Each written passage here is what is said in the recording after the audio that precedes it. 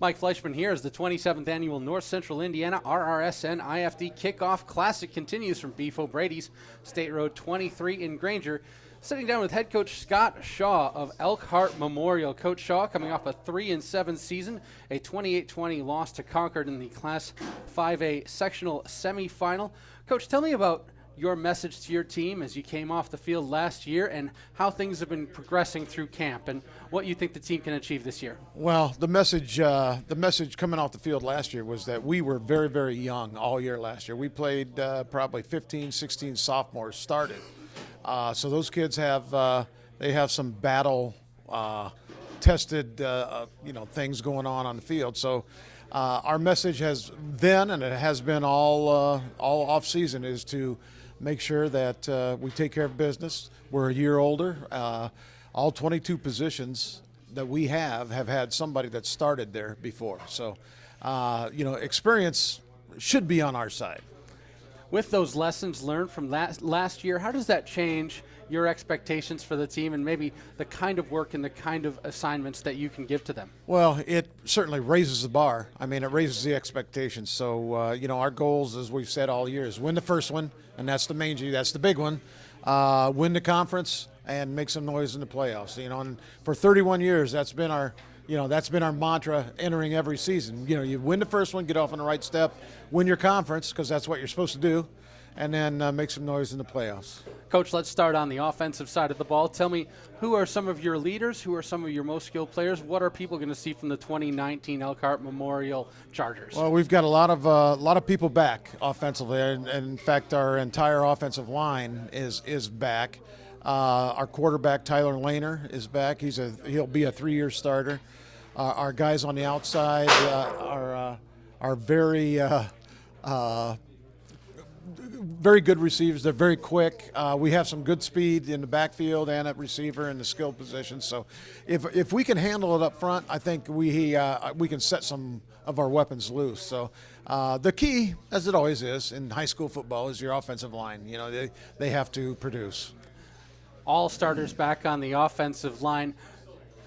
Tell me a bit about how offensive linemen grow both as players and as people through your system, and what can year 3 or year 2 be different from year 1? Well, in our case, most of our offensive linemen started as sophomores, where they just got beat on. So we tell them let's turn the tables. Let's beat on somebody else this year. So hopefully they can get that done.